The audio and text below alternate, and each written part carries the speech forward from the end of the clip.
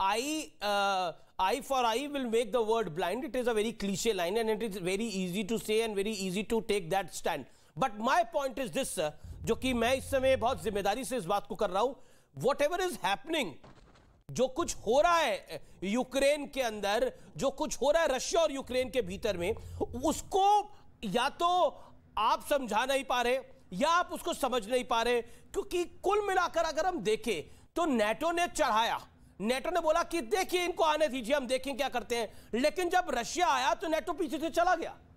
Exactly situation वही हुई है। मेरे साथ पुतिन समर्थक भी हैं जो कि मॉस्को से गौतम कश्यप है। Gautam Kashyap, you want to respond to Shanta Mishra? बिल्कुल, देखिए सबसे बड़ी बात है कि नेटो यहाँ पे मदद नहीं करेगा। नेटो नहीं चाहता कि उन्होंने जो सैकड़ों सालों में जो है अपना जो एक सभ्यता बनाया, एक विकसित बर्लिन और पेरिस जैसे शहर बनाए हैं, वो रशिया के साथ युद्ध करे और पूरा बर्बाद हो जाए। इसलिए अपनी रक्षा कर रहा है, अपने आप को बचा रहा है। अमेरिका इस भौगोलिक क्षेत्र में नहीं है, वो बस नेटो और रूस के बीच में नेटो के जो अन्य देश हैं यूरोपीय और रूस के बीच में झगड़ा करा रहा है। लेकिन उससे नुकसान जो है यूरोपीय देशों को है, क्योंकि रशिया उसे गैस और पेट्रोलियम प्रोवाइड करती है। इसलिए कहीं ना कहीं जो नेटो के सदस्य देश हैं वो भी रूस का समर्थन करते हैं, चाहे वो हंगरी हो या जर्मनी के साथ भी लगातार रूस की बात होती रही है। तो वो लोग नहीं चाहते हैं कि वो इस युद्ध में आए और उनको जो रूस से जो सपोर्ट मिल रहा है पेट्रोलियम और गैस का, वो उनका बाधित ना हो। इसलिए नेटो इस युद्ध में नहीं कूदेगा। Okay. Major general retired Shankar Prasad भी रिस्पॉन्ड करना चाहते हैं, फिर मैं राठौड़ साहब आपके पास भी आऊंगा। शंकर प्रसाद जी, जो बात शांता मिश्रा कह रहे हैं, what is your view on this? और अभी जो जेलेंस्की ने बात कही है, साफ है कि that he is very disappointed with NATO. जी, वो तो नेटो से डिसअपॉइंट है, क्योंकि नेटो तो बाहर से शाबाश कर रहा है और अंदर से जाके कोई मदद कर नहीं पा रहा है। तो वो तो ताली बजा रहे हैं बाहर से, बलि का बकरा तो यूक्रेन बन रहा है। देखिए, जहां तक ये पेट्रोल और ऑयल का सवाल है और जहां तक ये सैंक्शंस का सवाल है, मैं एक बात आपको समझा देना चाहता हूं आज। ये समझ के चलिए आप कि पुतिन साहब एक सुबह उठकर ये डिसाइड नहीं कर लिया कि चलिए कल सुबह से लड़ाई शुरू कर देते हैं। पुतिन साहब ने, मुझे पक्का यकीन है कि काफी दिन से इसकी प्लानिंग की है और उन्होंने इसको जरूर फैक्टर इन किया है कि मेरे ऊपर सैंक्शंस लगेंगे। सैंक्शंस तो S-400 जब इंडिया के पास तब से लगने शुरू हो रहे थे, तो उन्हें पूरा यकीन था कि सैंक्शंस लगेंगे और बहुत तगड़े सैंक्शंस लगेंगे। तो उन्होंने उसका कार्यक्रम कर रखा है। आज तक पेट्रोल और ऑयल पूरे विश्व में सिर्फ डॉलर में बिकता था।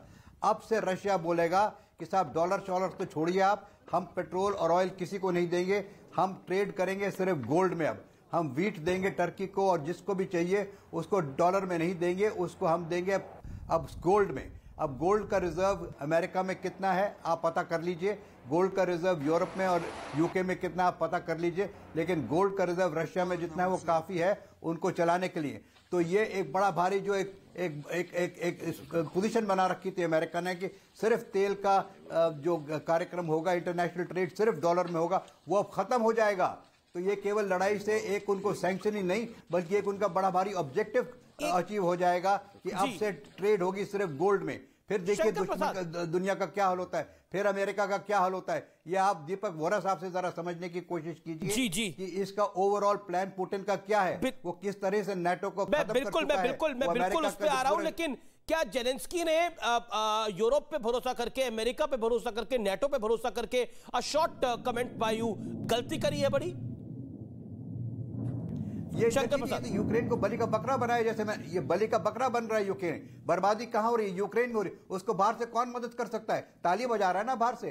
अब वहां पे हम रेस्टोरेंट बंद कर देने में, मैकडॉनल्ड्स बंद कर देंगे, कोका कोला बंद कर देंगे। जेलेंस्की को झुक जाना चाहिए, कुछ नहीं, और बातचीत करनी चाहिए पुतिन से और उनकी शर्तें मान लेनी चाहिए। क्या आपको लगता है? What is your view on this, Shankar Prasad? देखिए, इसमें टॉक से ही हल निकलेगा। टॉक्स में जल्दी खत्म हो जाए मसला तो अच्छा है। इस वक्त यूक्रेन के लिए एक ही ऑप्शन है, मान लें कि हम नेटो में नहीं जाएंगे और मान लें कि वहां पे सरकार बदलने को तैयार हैं। आपको उनकी जो गवर्नमेंट है उसकी बनावट भी पता है कि नहीं? जो गवर्नमेंट उनकी है वो मोस्टली एंटरटेनमेंट इंडस्ट्री से बनी है। yes. उनके जितने मिनिस्टर्स हैं वो एंटरटेनमेंट इंडस्ट्री से हैं। और एक दूसरी बात आपको और बता दूं मैं कि उनकी जितनी ब्यूरोक्रेसी है ना, जो सरकार चलाती है, उसे बड़े बड़े ओहदेदार जो हैं, जो अपॉइंटमेंट होल्डर्स हैं, वो काफ़ी हद तक तो अमेरिकन हैं या अमेरिकन नेशनैलिटी के हैं, तो सारा इंटरेस्ट वहाँ अमेरिका का है। जो वो चाहता है कि ये जो वहाँ पे वो चला रहा है बायोकेमिकल की जो लेबोरेटरी चला रहा है, 20-30 जितनी लेबोरेटरी है जहाँ पे वो एंथ्रेक्स वगैरह बनाने की कोशिश करता है, वो सब अमेरिकन है। शेल कंपनी को ऑयल का देना चाहते हैं, वो अमेरिकन कंपनी है। तो एक तरह से रूस अपने आप को दिखा रहा है कि ये तो अमेरिकन एक कॉलोनी है, लेकिन वो यूक्रेन मानेगा नहीं, और वो पुतिन साहब को तो किसी हालत में उसको एक्सेप्ट कर ही नहीं सकता। This is there part of the old Soviet union. मैं दीपक बोरा आपके पास, दीपक बोरा मैं आपके पास भी आऊंगा कमेंट्स लेने के लिए, लेकिन राठौर साहब क्विक कमेंट आपसे, क्या जेलेंस्की को शर्तें मान लेनी चाहिए? That is a better idea. जो जेलेंस्की उम्मीद कर रहे थे वो ऐसा कुछ हुआ नहीं। जेलेंस्की ने ट्रुप सपोर्ट मांगा, वो नहीं आया।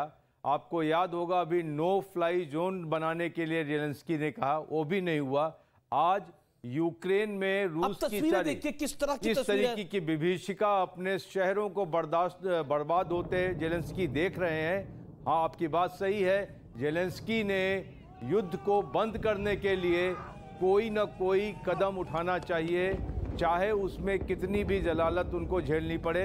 उन्होंने हट छोड़ देना चाहिए, देशभक्ति छोड़ने के लिए नहीं कह रहा हूं, लेकिन जो हट उन्होंने नेटो में जाने के अमेरिका और उनकी उम्मीद पे किया था, वो हट छोड़ करके उन्होंने युद्ध को देखना चाहिए कि यूक्रेन को किस मुसीबत में लाके खड़ा कर दिया है। वो ज़्यादा ज़रूरी है जेलेंस्की के लिए, बल्कि वो अपने हट को परस्यू करें, और उनके साथ नेटो की कोई सपोर्ट आने की उम्मीद नहीं दिखती है।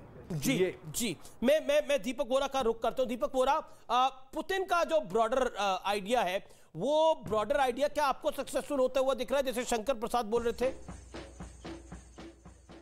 शंकर प्रसाद ने जो कहा है, I can not disagree with it. उनका बहुत ज्ञान है, बहुत जानकारी है, बिल्कुल सही है। सर, आपको याद होगा कि जब जो बाइडेन साहब कह रहे थे कि रशिया हमला करने वाला है, तो जेलेंस्की साहब ने कहा था कि भाई ऐसा पैनिक मत फैलाओ कि जितने इन्वेस्टर्स हैं वो यूक्रेन को छोड़ के भाग रहे हैं, क्योंकि अंग्रेजी में मैं कहता हूं कैपिटल इज अ कावर्ड, अगर सेफ्टी नहीं है भाग जाएगी। ये उन्होंने कहा था, ये मैं नहीं कह रहा। उसके बाद उन्होंने कहा नेटो तुम तो बिल्कुल बेकार के हो, तुम नहीं आए। नो फ्लाई जोन किस लिए चाहिए? ताकि रशियन एयरक्राफ्ट बॉम्बिंग ना कर सके, और अगर एक नेटो के एयरक्राफ्ट के साथ टक्कर हो गई, उसका परिणाम ये आदमी जानता है सर।